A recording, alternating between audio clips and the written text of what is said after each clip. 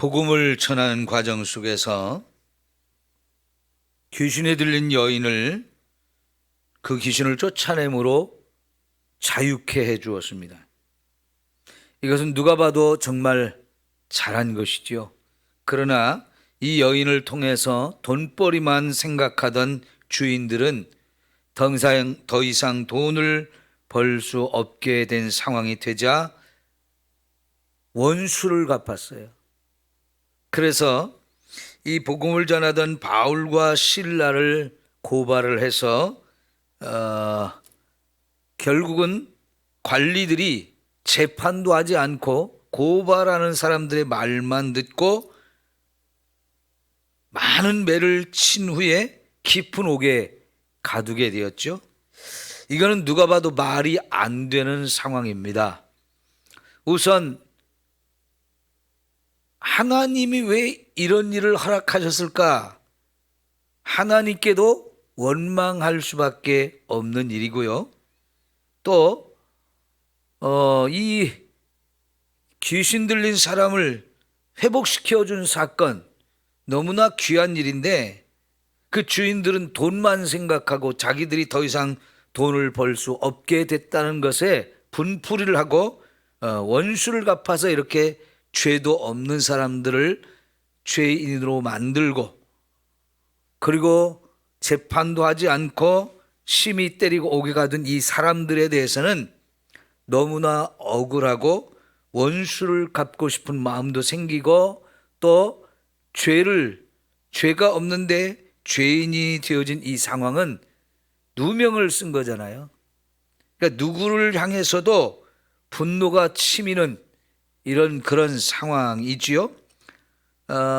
그런데 여러분, 한밤중에 이 옥에 갇혀있는 바울과 실라가 갑자기 기도하며 찬송을 했다 하는 거예요.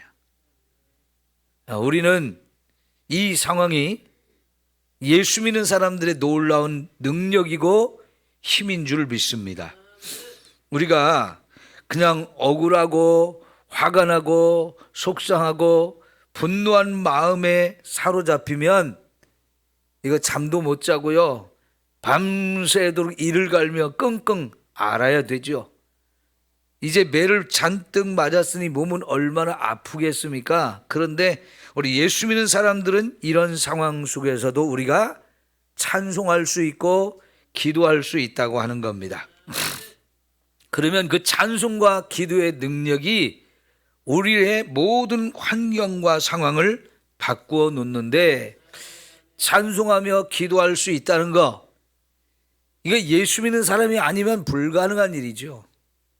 근데 예수 믿는 사람들은 이런 상황 속에서도 찬송하고 기도합니다.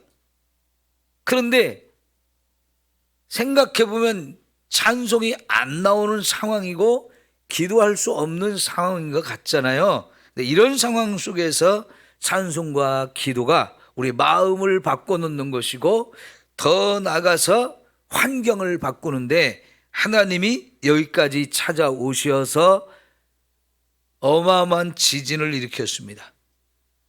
그 지진이 얼마나 셌든지 옥문도 다 열리고 그들을 발까지 묶고 있던 착고가 다 벗어졌다 하는 거예요. 얼마나 놀라운 일인지요. 자, 그러니까 여러분, 찬송과 기도로 우리가 평소에도 열심히 하고 살아가는 것 너무너무 중요하죠. 기쁠 때나 슬플 때나 우리는 찬송과 기도로 살아가는 거 너무너무 귀하고 아름다운 일인데, 그러다 보면 하나님께서 저와 여러분의 삶에 놀라운 이런 기적들과 은혜들을 풍성하게 부어주실 줄 믿습니다. 그러면 감옥도 천국이 되는 거지요. 아주 힘들고 어려울 때 찬송을 하게 되면 그 힘들고 어려운 것을 다 이길 수 있어요. 견딜 수 있어요. 이 찬송과 기도의 놀라운 힘이거든요. 우리의 평소의 삶 속에서도 이런 찬송과 기도의 힘을 힘입고 체험하며 살았으면 좋겠습니다. 자, 이렇게 지진이 나서 죄수들이 옥문이 열리고 묶여 있는 것도 다 풀어진다고 하면 이건 100% 죄수들이 도망가야 하는 상황입니다. 갇혀 있는 사람들, 묶여 있는 사람들은요, 자기들이 죄인이고 어쩌고 이런 거 생각하기보다는 이 옥문이 열려서 내가 하루라도 빨리 여기를 벗어났으면 좋겠다. 그게 그들의 간절한 소망인데요. 한밤중에 깜깜한 중에 이렇게 옥문이 다 열리고 자기들 묶여있는 것까지 다 풀어졌으니 이거는 뭐 말하지 않아도 어마어마한 기회가 주어진 거예요. 100% 도망가야 되는 겁니다. 그런데 놀랍게도 이 죄수들 한 사람도 도망가지 않았다고 하는 거지요. 왜 그랬을까요? 이거는 하나님이 그들을 도망가지 못하도록 그들의 마음을 붙들어 놓은 것입니다. 잠을 자던 간수, 이렇게 큰 지진이 일어나니까 결국 깰 수밖에 없었고요. 잠결에 깨서 이렇게 살펴보니까 옥문이 다 열렸거든요.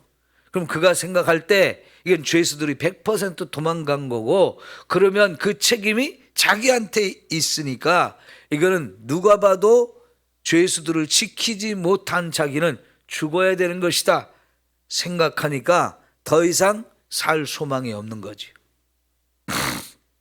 자, 그렇게 되니까 이 사람은 차라리 내가 죽는 게 낫다, 그 생각으로 칼을 빼서 그 자리에서 죽으려고 시도를 하는데 그걸 지켜보고 있던 바울이 소리를 지르죠. 죽지 말라고. 여기 한 사람도 도망가지 않았다고. 저는 이게 더 큰 기적이라고 생각해요. 죄수들이 안 도망간 거, 한 사람도 도망가지 않은 거, 이게 옥문이 열리고 지진이라고 이런 것들보다도 더 큰 기적이라고 생각합니다. 그러니까 아까 제가 말씀드린 대로 이 죄수들이 한 사람도 도망가지 않은 것은 성령 하나님께서 그들을 붙들고 계셨다, 저는 그렇게 생각해요. 왜 그럴까요? 이 사람들도 복음을 듣고 구원을 받아야 하기 때문입니다. 하나님께서는 이것 때문에 사도 바울과 실라를 억울하게 누명을 쓰고 이렇게 매를 맞고 옥에 갇히는 일을 하신 것이 아닐까 생각합니다. 지금 이 바울과 실라가 옥에 갇힐 일을 하지 않았잖아요. 매를 맞을 일을 하지 않았잖아요. 인간적으로 생각하면 너무 아프고 이거 복음을 전하지 못할 것 같잖아요.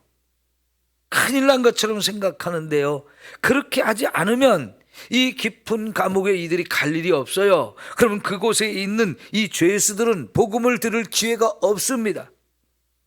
하나님께서는요, 이 사람들에게까지 다 복음을 전하기 위해서라도 이 두 사람을 그렇게 말도 안 되는 일을 경험하게 하셔서라도 여기 들어가서 복음을 전하게 하셨고, 그날 밤 그 감옥 안에서는 복음이 증거되어지고 많은 영혼이 구원받았을 것을 믿습니다.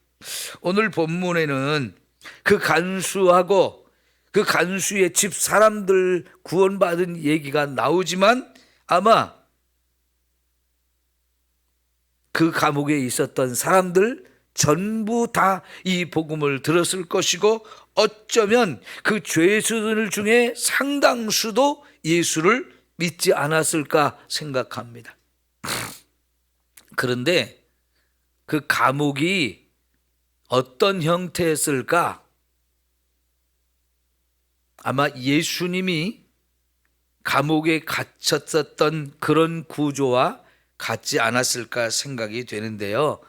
요즘에는 감옥이 따로 건물이 지어져 있거든요. 그런데 이 당시에는 그런 감옥이 따로 건물로 독립된 건물이기보다는 사람이 사는 집을 짓는데 그 집 지하에 이런 감옥을 만드는 경우들이 많았던 거죠. 예수님이 갇혔던 감옥도 대제사장의 집 지하에 있는 감옥이었던 것을 확인할 수 있는데요. 아마 바울이 갇혔던 이 감옥도 그런 구조였던 것 같아요.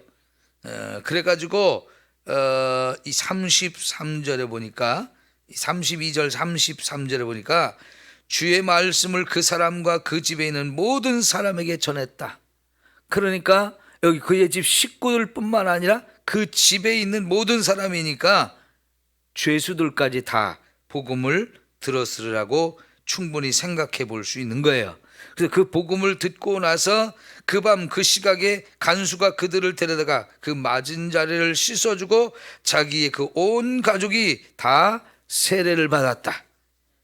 그러니까 여기 33절에 온 가족이라고 처음 나오잖아요. 32절에는 그 집안에 있는 모든 사람이라고 말하고 뭔가 차이가 있잖아요. 어쨌든 그 자리에서 예수를 믿고 온 가족이 다 세례까지 받는 이 놀라운 은혜가 그 밤 그 가족에게 일어났어요. 여기 바울이 31절에 전한 말씀 너무나 귀한 말씀이잖아요. 주 예수를 믿으라. 그리하면 너와 내 집이 구원을 받으리라. 이것이 바로 구원의 공식입니다. 구원의 공식. 예수를 믿으면 구원받는다. 그러니까 여기 구원받는 데 있어서 그 어떤 것도 요구하지 않고 오직 딱 하나 예수를 믿으라는 겁니다. 그러니까 예수를 믿으면 바로 우리는 구원을 받을 수 있는데 이래서 이걸 구원의 공식이다라고 표현을 하게 되지요. 왜 이렇게 구원받는 게 쉽습니까? 구원이라는 게 우리의 죄와 죽음의 문제, 질병과 우리 삶의 모든 어려움과 고통과 아픔들, 마귀에게 사로잡힌 것들, 어마어마한 것에서 우리를 구원하시는 거잖아요. 근데 이 엄청난 구원을 주시는 거는 너무너무 쉬워요. 왜 이렇게 구원을 하나님이 쉽게 하셨을까요? 그거는 전적으로 하나님께서 더 많은 사람들을 구원하려고 그렇게 하신 거지요. 예를 들어서 구원의 조건을 까다롭게 하고 힘들게 하면 몇 사람이나 구원을 받을 수 있을까요? 구원이 너무 귀한 건데. 그러면 예를 들어서 우리가 구원을 받으려면 10억을 내야 된다. 그러면 몇 사람이나 구원을 받을 수 있겠어요? 여기 있는 우리는 한 사람도 구원받지 못할 것 같습니다. 10억이라는 돈을 우리는 마련할 수가 없잖아요. 어디 가서 빌린다고 해도 그 많은 돈 누가 빌려주겠습니까? 그렇다면 정말로 구원받을 사람이 몇 안 된단 말이죠. 그러니까 하나님께서는 우리로 하여금 모든 사람이 가능하면 구원받을 수 있도록 구원을 가장 쉽게 해주신 거예요. 그냥 믿기만 하면 된다는 거. 이게 이렇게 쉬운 거죠. 그만큼 하나님께서는 우리 모든 사람들을 구원하기를 원하셨고, 그러나 우리한테는 이렇게 쉽게 만들기 위해서 예수님, 우리가 믿어야 되는 그 예수님, 우리를 구원하시는 예수님은 어마어마한 대가를 치르셨어요. 자기의 목숨을 내어놓으셨죠. 십자가라는 것이 엄청난 고통이고 부끄러움이요, 수치요, 모욕이요, 멸시이고 저주인데 이것을 예수님이 다 받으시고 다 참아내셨기 때문에 우리가 구원받은 거거든요. 그러니까 하나님께서는 이 구원이 너무나 엄청난 대가와 희생을 치러야 되는 거였지만은 우리는 너무 쉬운 것, 가장 쉬운 방법으로 이 구원의 조건을 제시해 주셨기에 너나 할 것 없이 예수를 믿기만 하면 구원을 받게 되는 거지요. 그러니 얼마나 감사한 일입니까? 자, 그래서 이 복음을 들은 이 간수와 죄수들과 그 가족들 중에 많은 사람들이 나도 예수 믿고 싶다고, 나도 구원받고 싶다고 하면서 예수를 믿게 되고 그날 밤 바로 그 자리에서 세례를 받게 됩니다. 여러분, 거기 또 34절에도 그들을 데리고 자기 집에 올라가서 음식을 차려주고 그와 그 온 집안이 하나님을 믿음으로 크게 기뻐했다 그랬는데 여기 온 집안이라고 표현했잖아요. 아까 33절에는 온 가족이라고 했는데 온 집안이 하나님을 믿었다. 그러니까 아마 그 집에 갇혀 있는 죄수들 중에 상당수도 구원을 받았으리라고 우리가 생각해 볼 수 있는 거지요. 자, 그리고 나서 날이 샜습니다. 그런데 상관들이, 그러니까 바울과 실라를 죄수 취급해 가지고 매를 때리고 옥에 가뒀던 이 사람들이 하룻밤 지나고 나서 또 뜻밖의 명령을 내립니다. 이 죄수들을 풀어주라는 겁니다. 아니, 세상에 그런 일이 이게 쉽게 일어날 수 있는 일이 아니잖아요. 근데 왜 이 사람들이 그렇게 했을까요? 아마 하룻밤을 지내면서 자기들이 잘못했다는 걸 바로 깨닫고, 이거 우리 큰 실수했다, 큰 잘못했다, 이거를 깨달았기 때문이 아닐까요? 죄수인지 아닌지 확인도 안 했어요. 얼마나 무슨 죄를 지었는지 조사도 안 했어요. 그리고 무조건 고발하는 사람들 얘기만 일방적으로 듣고 그냥 죄수 취급을 해서 때리고 가뒀잖아요. 이건 말이 안 되는 거거든요. 그러니까 이거를 조용하게 처리하기 위해서 그들은 사람을 보내서 풀어주라고 했습니다. 그러면 아까도 말씀드렸지만 옥에 갇혀있던 사람들은 대부분은 다 죄인이다 보니까 풀어주기만 해도 그냥 감지덕지해서 얼른 도망가고 그러지 않겠습니까? 아마 그런 생각을 하고 우리가 자기들한테 큰 은혜를 베풀어 주는 것처럼 해가지고 풀어주는 겁니다. 그런데 이건 말이 안 되잖아요. 그런데 이 사람들은 자기들의 죄를 덮을 생각으로 조용하게 이 일을 처리하려고 풀어주라고 한 겁니다. 자, 간수가 그 말을 듣고 이제 바울에게 전했더니 바울이 뭐라고 말합니까? 감사합니다고 고맙습니다고 이렇게 가는 게 아니고 이때부터 바울이 반격을 합니다. 그런데 그 반격이 또 놀라운 거예요. 원수를 갚고, 정말 잘 됐다, 원수를 갚고 이 사람들을 완전히 그 죄를 드러내서 처단하겠다, 이게 아니에요. 아마 세상 사람들, 하나님을 믿지 않는 사람들은 100% 그렇게 처리를 했겠죠. 그런데 바울은 그렇게 처리하지 않았습니다. 자, 우리는 사실은 로마 사람인데 로마 사람인 우리를 죄가 있는지 없는지 이거를 수사도 안 하고 재판을 정확하게 하지도 않고 수많은 사람이 보는 앞에서 우리를 때리고 옥에 가둔 것은 이게 큰 그 자체로 엄청난 죄가 되니까 빨리 그 사람들이 우리에게 와서 빌면서 잘못했다고 하고 그들이 친히 우리를 밖으로 데리고 나와야 된다. 야, 지금 엄청난 반격입니다. 그러나 이렇게 하는 바울의 이유가 뭘까요? 첫째는 하나님의 사랑으로 그들을 불쌍히 여기는 겁니다. 그들의 죄를 드러내고 물어서 그들을 벌을 주려고 하는 게 아니에요. 원수를 갚는 게 아니고 오히려 그들을 사랑하기 때문에, 그리고 자신들의 죄를 누명을 벗고자 하는 거예요. 왜? 비록 우리가 이 성을 떠나기는 해야 되지만 또다시 와야 되잖아요. 그래서 나중에라도 얼마든지 복음을 자유롭게 전하기 위해서라도 이 부분을 정확하게 처리를 해야 하는 거지요. 그래서 누명을 벗어야 됩니다. 그런데 아까도 말씀드렸듯이 지금 여기서는 사도 바울이 원수를 갚고자 하는 게 전혀 없습니다. 이게 하나님을 믿는 사람들이 해야 하는 거지요. 이게 하나님께서 우리에게 가르쳐준 놀라운 법인데 이것을 깨달은 사도 바울은 지금 이런 상황 속에서 정말 말씀대로 하고, 그래서 원수를 갚는 게 아니라 원수를 사랑하고 그들을 축복하는 이런 모습을 우리가 확인해 볼 수 있는 거지요. 하나님께서 그래서 사도 바울에게 로마의 시민권을 일찍 받게 하셨던 것 같습니다.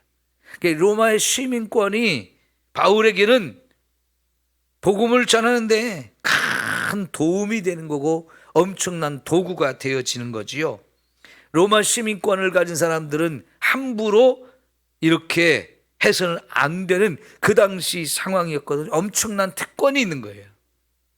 근데 이 특권 사용해서 지금 이렇게 이런 상황들을 반전시키는 것을 볼 수 있습니다. 그러니까 로마의 시민권을 가진 사람을 이렇게 수사도 제대로 하지 않고 억울하게 누명을 씌워가지고 이렇게 한 것은요, 그 관리들이 정말 잘못한 일이고 엄청나게 벌을 받을 일입니다.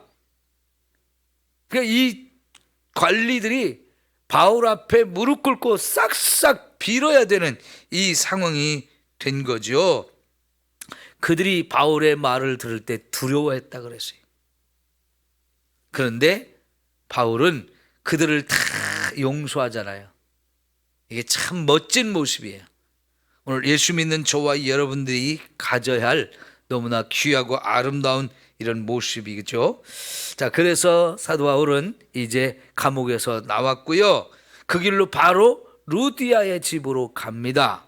루디아의 집으로 가서 형제들을 다 만나보고 그들을 위로하고 떠나게 되죠.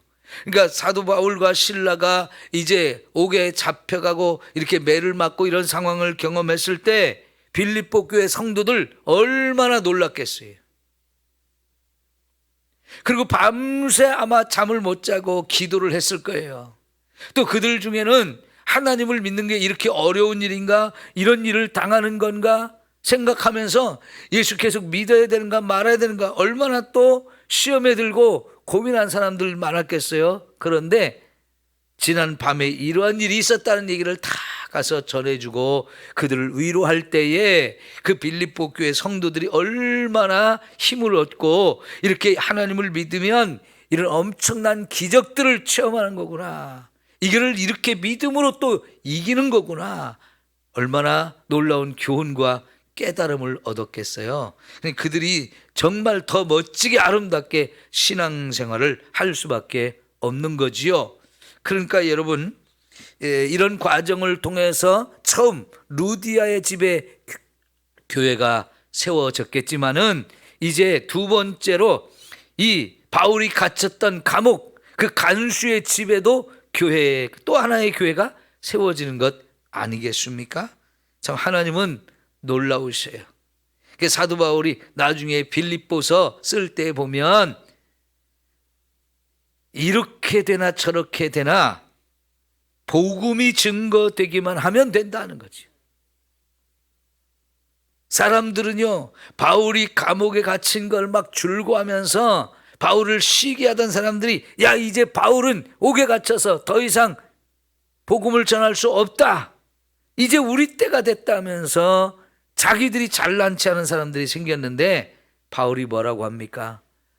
이렇게 되든 저렇게 되든 복음이 증거되기만 하면 나는 너무나 감사하다. 응? 우리가 복음을 못 전할 때 저들이 복음을 전하고 저들이 생각할 때 우리는 복음을 못 전한다고 생각하지만 우리는 이 감옥에 갇혀서도 이 옥중에서도 또 복음을 전할 수 있지 않느냐. 그러니까 바울이 얼마나 복음을 전하기를 기뻐하고 즐거워했는지를 우리가 알 수 있잖아요. 정말 대단한 복음의 일꾼들인 거예요.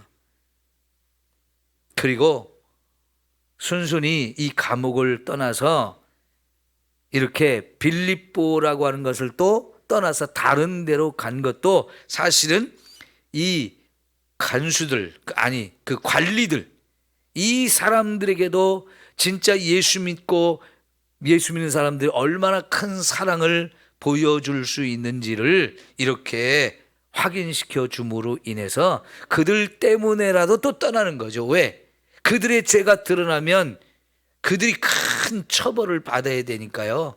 그들을 위해서라도 지금 빌립보를 떠나게 되는 거예요. 이 사도 바울의 이 복음을 전하고 영혼을 구원하려고 하는 이 열정에 사람들을 배려하고 사람들을 사랑하는 이런 모습들은 너무나 위대한 모습인 것을 우리가 볼 수 있어요. 이런 놀라운 모습들을 우리가 본받고 우리도 이렇게 살아갔으면 좋겠습니다. 기도합니다.